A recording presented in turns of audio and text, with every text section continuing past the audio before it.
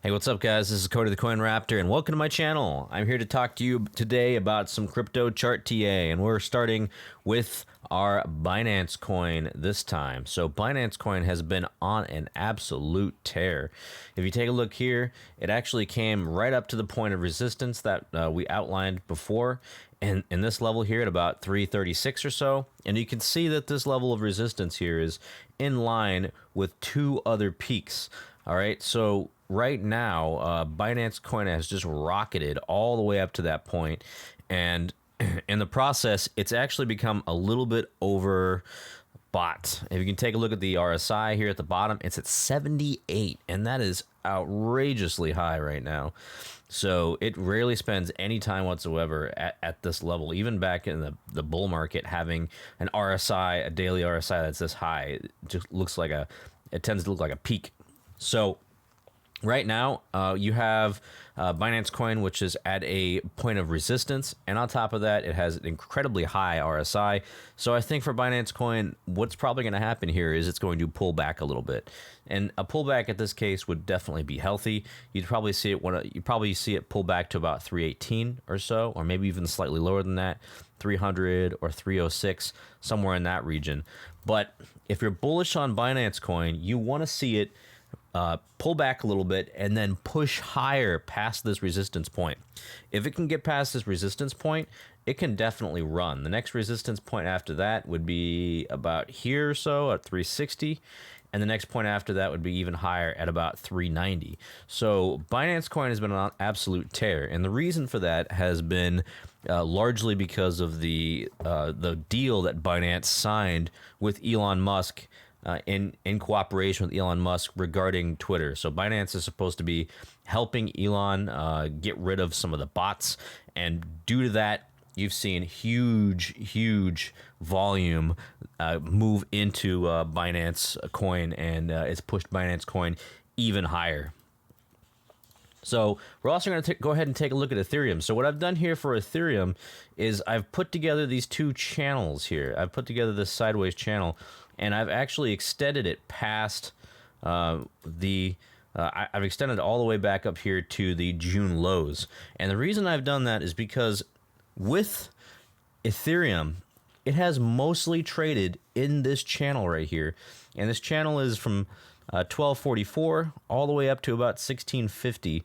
And so despite going under this channel for a little bit, it's gone mostly in the channel. It's peaked above the channel a couple of times here, but it's always come back down and then moved sideways within this. So the reason why I've outlined this is because it tends to gravitate towards these two price points. And so this is maybe about $400 or so. It's been staying within this $400 range for the past almost 6 months at this point. So I expect that for Ethereum, unless something radically changes, it's going to continue to stay within this price window and this sideways channel here. So more short term, though, what I expect for Ethereum, because the RSI is honestly very high right now, 59, is it's probably going to wind up coming back a little bit. You're going to see a pullback here, most likely to about 1422 in that range, or you're going to wind up seeing maybe a slightly lower pullback to here, 1488 or so. And again, with Ethereum, I'm definitely interested in increasing my position below that level, below the level of about 1460, maybe slightly below that, 1420. And I think I'm going to get an opportunity within I'm going to call it a week and a half or so. I think that's a very possible outcome. Now, if you're bullish on Ethereum and you want to see it push even higher, it has to get through this resistance point here at 1645 that I've outlined. And this resistance point has been around since the June low, since the fall in the June lows. So that's definitely a point that it has to push past in order to go higher. And then from there, what you're looking at is about 1785. That's the next that's the next resistance point from there. All right, so now let's move on to Bitcoin. So with Bitcoin, I've drawn back in this descending triangle because I'm not yet convinced that it's pushed completely out of it yet. And by that, I mean, I think that based on the previous price action that we've seen in about the last week, week and a half, that it's still suffering under this descending wedge here. So this is the daily view. If we zoom in, we take a look at the hourly, we can see that it's starting to narrow quite a bit. We're seeing this descending wedge here almost come in contact here with the support level. So what we're looking at right now is either for Bitcoin to push above this resistance point, which is at about 20,677, or for it to push down below the support of about 20,000. And I think that what's most likely is that we're going to wind up seeing a break below this 20,000 level.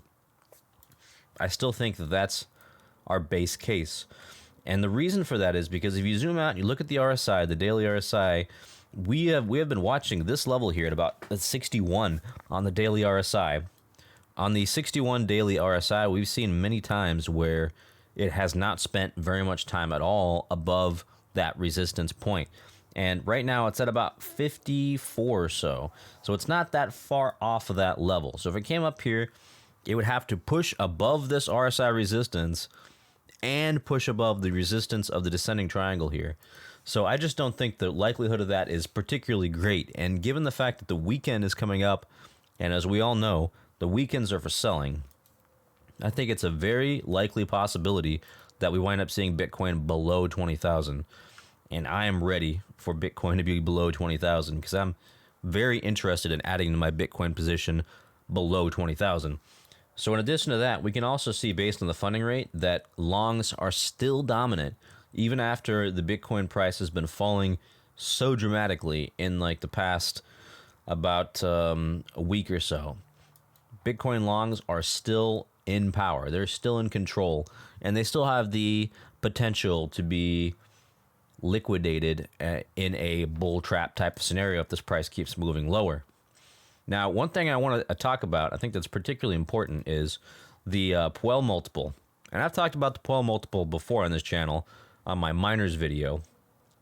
And so what the Puel multiple shows us is it shows us miner profitability, basically. And so in these green areas, you're seeing areas of reduced miner profitability. And in the red areas, you're seeing extreme miner profitability. That's the best way to look at it. And so what we've seen here is that Bitcoin came all the way down here during that June fall, that June collapse, all the way down to about 0.35. From there, it's rallied all the way up here to about 0.49. And so what that means is that the stress on the miners is reducing. It's reducing gradually over time. Miners are becoming a little bit more profitable, and they're not as close to capitulation as they once were. Now, when they're in this green zone, I expect a higher level of capitulation than if they're outside of this green zone. So one other thing I want to show you is the miners' reserves. So the miners' reserves are the amount of coins held in the affiliated miners' wallets.